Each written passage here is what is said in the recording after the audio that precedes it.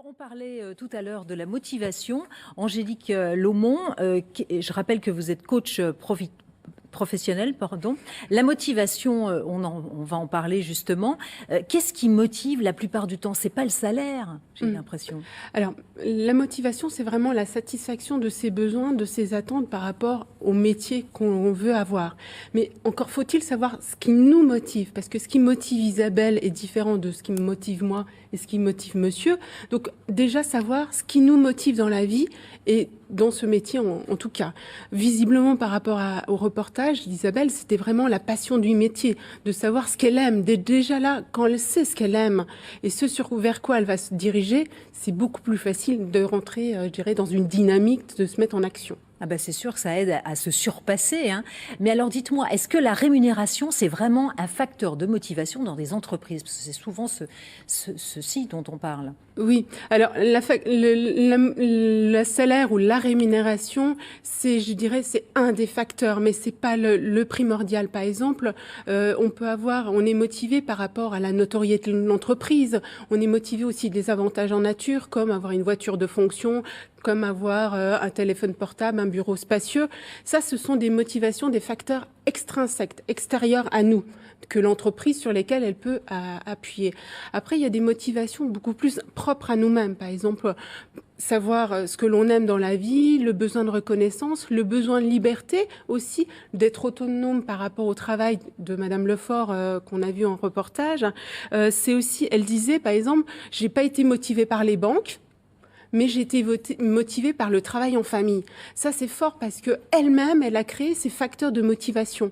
Et donc, quand nous, on sait ce qui nous motive et ce qui nous met en action, c'est beaucoup plus facile et le salaire n'est pas qu'un des facteurs.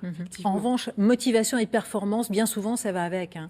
Alors, motivation, performance, mais compétences. Ça, c'est important aussi, c'est que on peut être motivé. Il y a la dose de compétences, de capacité, de connaissance du produit, du connaissance du secteur dans lequel on évolue. Donc, il y a la performance dite individuelle. Moi, je suis compétent et je suis performant dans mon métier et c'est ce qui me motive. Mais c'est aussi une performance, je dirais, globale, collective, parce que là, pour le coup, Madame Lefort, c'est je suis motivée à travailler en équipe avec ma famille, avec d'autres professionnels. J'ai créé un réseau qui me motive à aller au-delà, je dirais, de mon travail sur Ounemont. Et j'imagine que les motivations sont différentes selon les postes qu'on occupe. Un commercial, forcément, il n'aura pas la même motivation que quelqu'un d'autre, quoi, qu'un chercheur, par exemple.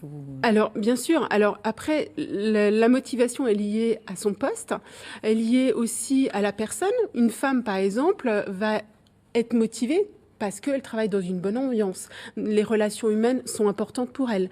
Un commercial, lui, c'est plutôt la performance, le défi, la compétition. Les résultats vont le motiver. Le commercial est souvent aussi rémunéré par rapport à des primes, des intéressements.